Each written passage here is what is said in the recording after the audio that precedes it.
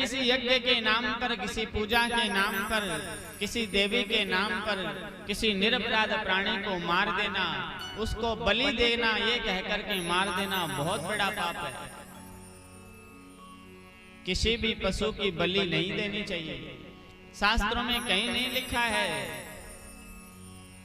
और लोग तो ये कहकर के बलि देते हैं कि मैं तो भद्रकाली चढ़ावा। भद्रकाली स्वयं एक माँ है, और आप जिस जानवर को मारते हो वो जानवर भी एक माँ का बेटा है। तो माँ के दर्द को अच्छी तरह जानती है कि संतान के मरने का दुख माँ को कितना होता है। एक माँ दूसरे माँ के बेटे के कभी बलि नहीं मांगती। इसलिए सनातन के किसी देवता को ऐसा कहकर के अपमानित मत करो कि अमुक देवता के नाम पर अमुक पशु की बलि दे दो। ये बहुत बड़ा पाप है, जघन्य अपराध है, और मरने के बाद मुक्ति होने वाले नहीं। ये महापाप 4 महापापों की श्रेणी में आता है। परीक्षित जी ने 4 स्थान बताए थे ना, द्यूतम पानम स्त्रिय सूना यत्रा धर्मस चतुर्विध। जुआ खेलना बहुत बड़ा महापाप है।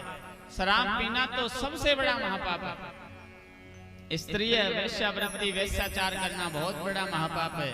और चौथा सबसे बड़ा महापाप है किसी भी निरपराध प्राणी की हिंसा सुना, किसी भी अबोध प्राणी को मार देना।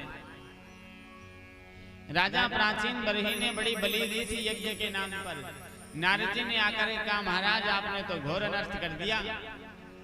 आप मोक्ष के रास्ते की बजाय आप तो पाप के रास्ते पर चले गए। और नारद जी ने अपनी योग माया के द्वारा, दिव्य दृष्टि के द्वारा दिखाया कि वो सारे के सारे पशु जितने प्राचीन बरही ने मारे थे वो आकाश में आकर के खड़े हो गए। वो सारे के सारे पशु जिनके लोहे के सींग बने हुए थे। नारद जी ने कहा, जब तू मर करके जाएगा तो ये सारे पशु मिलकर के तुझे फिर मारेंगे, भोगना पड़ेगा ही पड़ेगा।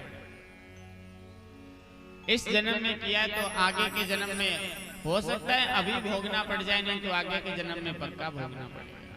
हाँ, आप थोड़ा सा सहारा लेकर के उस अपराध को, दंड को थोड़ा कम करवा सकते हो, लेकिन माफ नहीं करवा सकते।